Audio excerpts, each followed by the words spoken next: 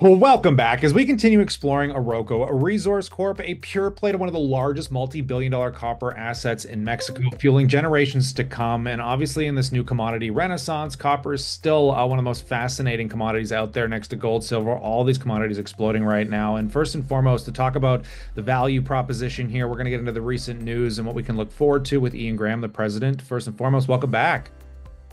Thanks very much for having us again, Kyle. Yeah, always a pleasure. So first and foremost, I find it still fascinating that you're trading at 1/20th, probably more than that of your market cap against your net present value. And I wouldn't mind just kind of reiterating what the major value proposition, what investors should focus on when it comes to Oroco. Yeah, certainly. So our PEA of last year, preliminary economic assessment, indicated an NPV 8 on our project of 1.48 billion US dollars, so 1.5 billion US, off a $1.1 billion US capital build. So very compelling returns in general economics and off a very strong, that is to say, low capital investment to secure 100,000 tons a year of copper equivalent flow in aggregate over just over 22 years, 22.6 years. So very robust project, very accessible.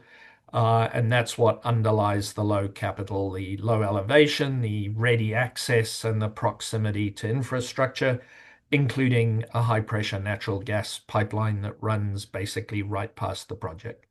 Yeah, and I will say too, right now we're in one of the most intriguing times where governments, especially, are waking up to building up kind of the commodity sector to get employment and stimulate the economies. And you guys are really no exception to this. The PRI representative, Mario Zamora, visited the Santo Tomas Project in Choi, Sinaloa, and reaffirms his commitment to the region's development. And it seems like you're kind of getting the Mexican government with this new Plan Mexico, really leaning into your project. Do you want to talk a little bit about that, kind of what it means for Oroco?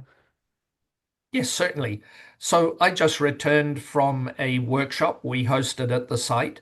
The workshop was actually led by the state, the Secretary for the Economy for the state of Sinaloa, Ricardo Velarde, and his team, including Omar Alfonso Juan, who is the director of mines for the state. And so we aggregated around Mario, led by Ricardo, the four of the former mayors of Choix and the current mayor, all three political parties, sort of each of the colors was present. It was an apolitical, very robust gathering of parties who want to support the project, move it forward, and essentially see Santo Tomas as the anchor major investment in northern Sinaloa to introduce stable employment, stabilize the economy, and basically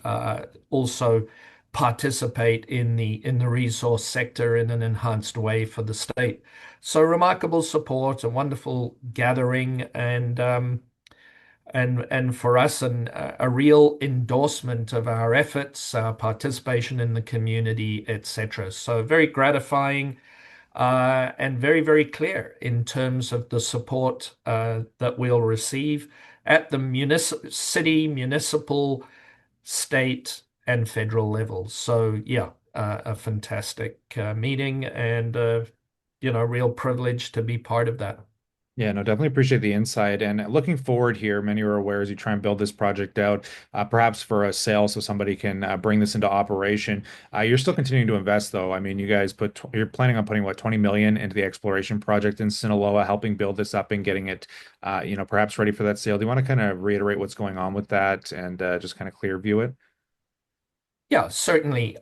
We'll be staging that investment, so tranches, but essentially leading to the first part of feasibility studies that would enable the project to be taken forward by a major investor. How we'll configure that transaction remains to be seen, and will be a negotiation between us and that principal developer. But we need to continue to move the project forward. We need to do some of the environment baseline work and continue to work now with the governments and with their agencies, particularly Semanat, the Environment Agency, to prepare the project for eventual permitting. And we're already in receipt of all the permits required between now and that development permitting stage. So for the stage of development of the project currently, we're exceptionally well teed up for the phase 2 to commence shortly. No, this is absolutely astounding. Now, would you say with the government backing, kind of everything you've done to get your ducks in a row, that this is kind of helping fast track this a bit more than where you would have been otherwise?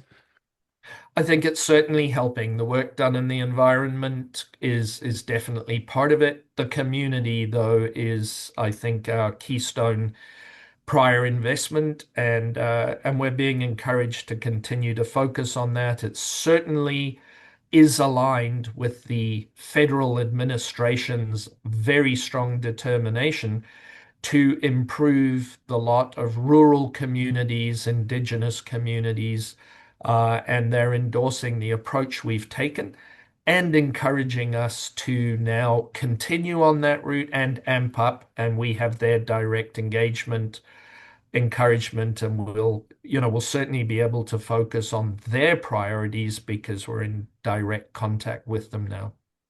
On that note, I definitely appreciate all the insights today as we pass it off to the viewers. As news and catalysts come down the wire like this, of course, we're going to bring it to you here. So consider subscribing for those updates. I appreciate Ian taking the time today. But on that note, we look forward to catching you in the next one.